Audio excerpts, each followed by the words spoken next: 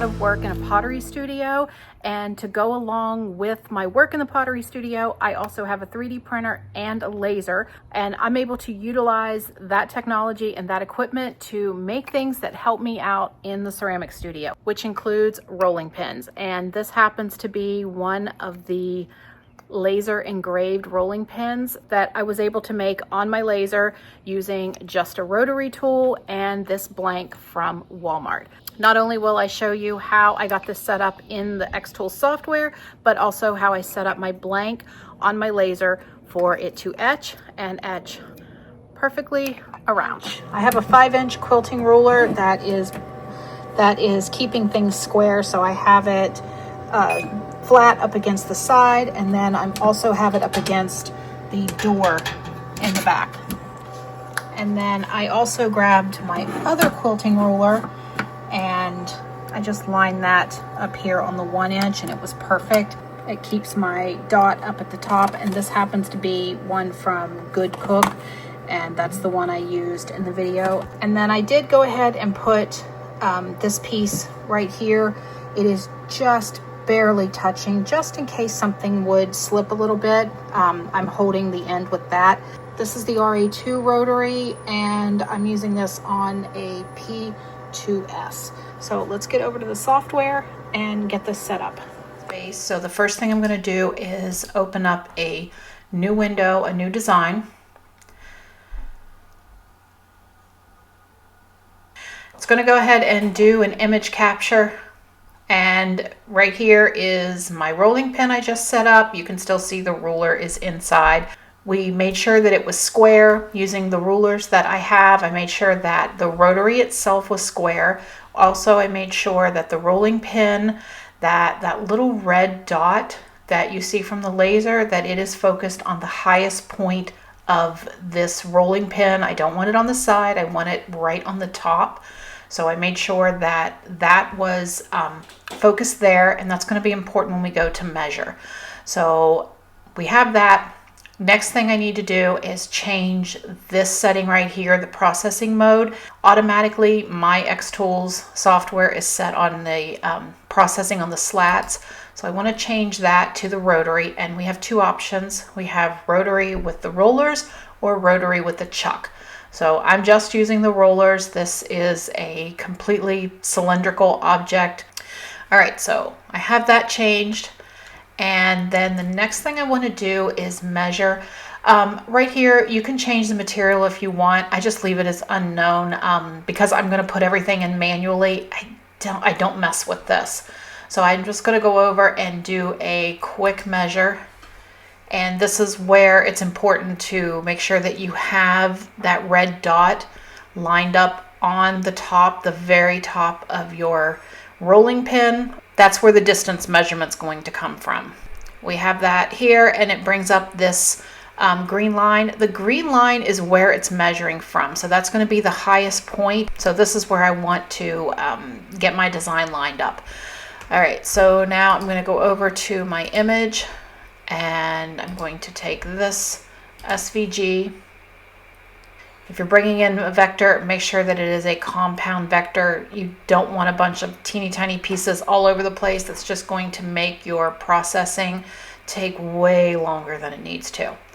Okay, so we have this. It is not in the right direction because I know that this is the longest side of my cylinder, so I need to flip that. You can either do it manually and rotate it, or you can come up here, and I know which direction I want to flip it to the left, so I'm going to put -90, and it's going to flip it where I need it. And then I'm just going to come in here and get it fairly close to where I want it to be, but I'm going to then use these close-up cameras, and I'm going to line it up from there.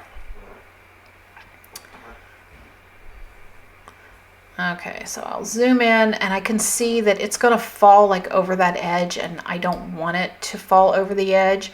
So I'm going to move it down just a little bit, and then again, trying to get that boundary butted right up against that grit, right up against that green line as close as I possibly can. And then I'm going to do the same thing for the other side. take a close up, get close to that other end, and make sure that it's within the boundaries that I need it to. I'm kind of eyeball this. And so far it's been working well. And you can see whenever I zoom in, it's right there. It shouldn't be landing on top of that curve on the end. So that's pretty good. I can move it down a little bit because I'm not right on that green line yet. And then I can go ahead and one more time, just for my own peace of mind, I'll check it probably a third time and make sure that I don't need to move it anymore. But I think it's probably pretty good from where it is. And it's still processing. Okay, yeah, it is. And of course me, I'm going to move it just a tad bit more.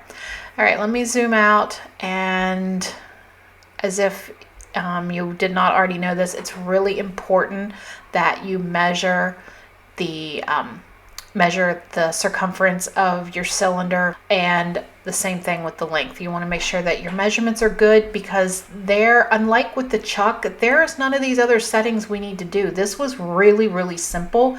I was kind of surprised when I first did it. I thought maybe I had screwed something up because I don't have all of those other settings. They don't seem to be over here using the rollers. So now my rolling pin is in place. My design is set up and ready. And the last thing I need to do is change my settings here. I leave this as unknown material, and I just put them in manually. So I'm going to change the power to 60%, and then the speed I'm going to change to 170. I did this I think 2 rolling pins again, and I had it at 65 and 160, and it was a little much. It went a little deeper than it really needed to be. So I have brought the power down just a tad, and I've moved the speed up a little bit, and then left it at 1 pass. And then lines per centimeter, I had it at 140 and it was cooking, so I'm going to move that down to 120. And I think this is about where I need to be. For me, this is where I think the sweet spot seems to be from the rolling pins I've been doing. I like these settings, but I mean, this will give you a place to start, and then you may have to adjust that on your own. We have our settings put in, 60, 170, 120 lines per centimeter, and then let's go to the processing. And this is important if you have anything that is directional, like words or anything of that sort. Make sure that you have mirrored it, especially if you're going to roll it into something like dough or clay or whatever. If you don't want those things to be backwards, then make sure that you've mirrored those. But my design doesn't need to be mirrored. It is me. There's no direction. It doesn't matter which way it goes. So if you look down here at the bottom, total time 53 minutes. So that is not too bad. 53 minutes, that's not too bad on the older rotary. This is the RA2 that I have. I had to go to the RA2. I have the RA3 and I cannot use it with my rolling pins because the way that is set up, the new one, these handles just get in the way. I cannot process it without taking the handles off, and it's just easier and less headache for me to process it on the older rotary. And that's all you do in the software. I'm going to go ahead, hit start on the machine, and we're going to get this rolling.